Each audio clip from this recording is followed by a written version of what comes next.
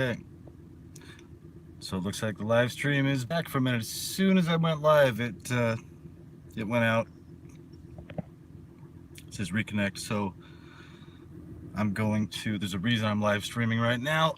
It's pretty much for my safety, unless I'm just being messed with. You know, like has happened many times before. So I'm just doing this for my safety. So let's try this again. Let's try to leave the neighborhood here. I'm gonna head across town.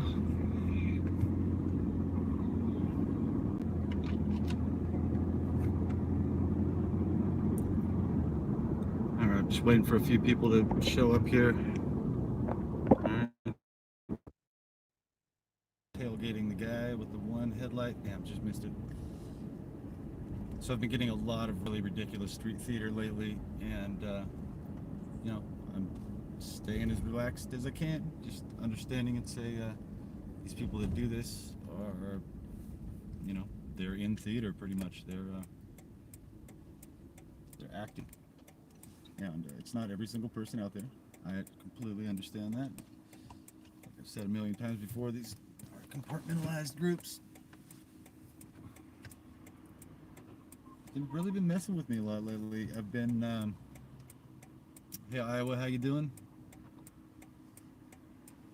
I've been getting some, not that I don't usually get death threats, but recently, I guess I'll just go over the directed conversation that I've been getting lately and the innuendos. When people send you threats, they don't send you an email and say, "Hi, this is so-and-so from department blah, blah, blah. We are currently threatening you about, fill in the blank." They do it covertly. And over time, some signaling. Got a guy over here with a wrecked car. He's got an SUV. It's wrecked in front of me. Oh, okay. Anybody that's sending me messages right now, I'm sorry. I'm not really responding to anyone. There's a lot of people coming after me, and all I can really do is document and try to keep up with my business. And I really apologize. I like to help people. I am not in the position to do that right now. I'm pretty much scraping to just get by, pay off a loan I had to take out to float pretty much, and just pay the bills. Yeah, they're making it real tough.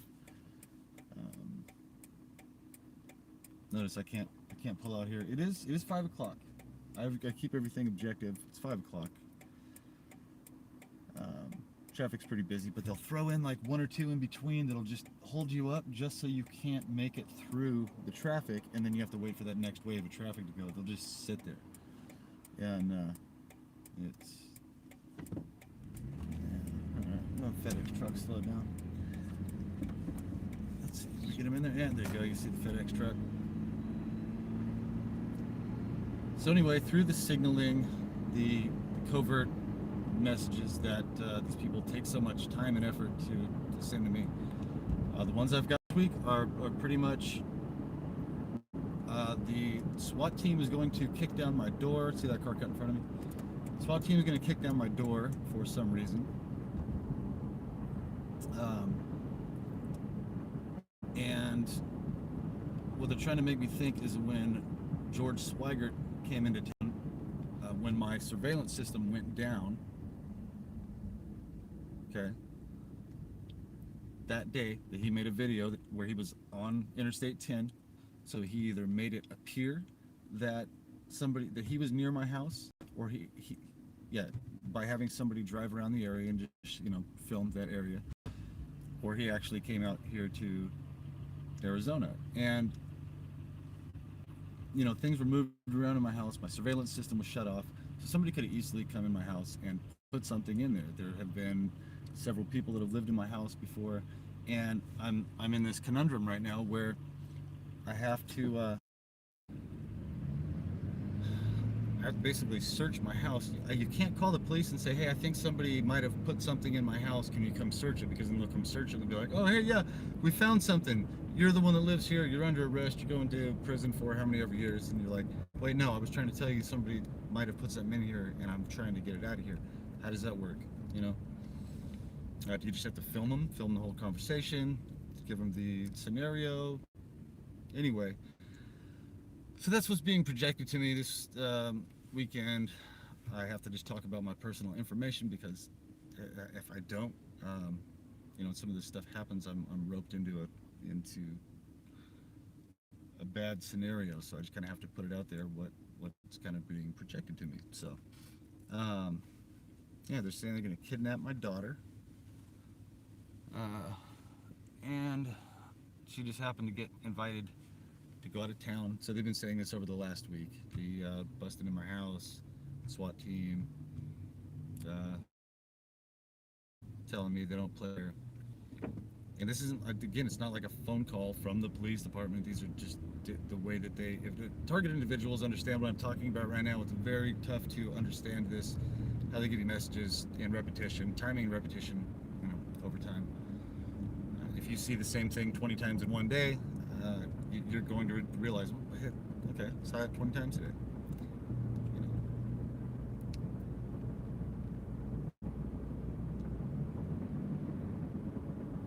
With the red and white cars, I mentioned quite a bit. It's pretty much around me right now. I got a red truck behind, 3 red cars behind me. Let's see, there's 4 white cars in front of me right now. I don't know. Somebody out there's got to be good at math. You can figure out the odds on that and be like, okay, what are the odds that most of the time when this guy drives, there's a red and white truck right in front of him?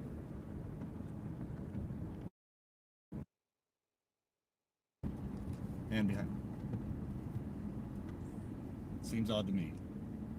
Like, there we go. We're right here, about to hop on the freeway. This is always exciting when there's a red and white car in front of me, or right next to me at the intersection. I'm going on the freeway, and then I got like 2 white cars in front of me, 2 red cars directly behind me.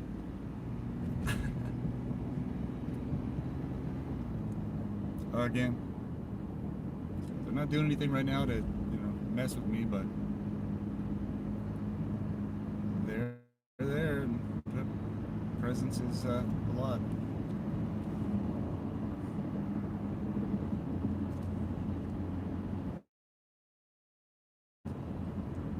So what I'm going to do about these covert threats, a lot of times, see, it's weird, the way they work the PSYOP is they will give you a lot of these covert threats and then they'll follow through on some of them.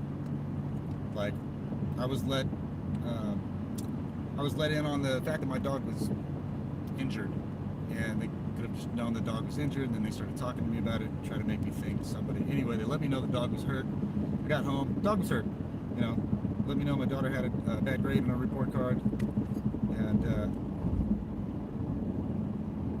this guy with the fallen police license plate is messing with me right now. Come on, man.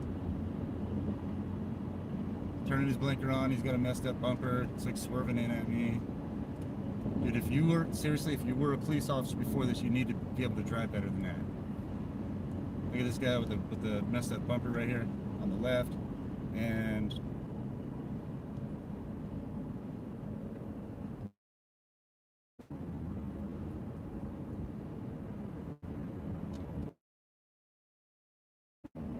folks saw, this is the 101 overpass right here.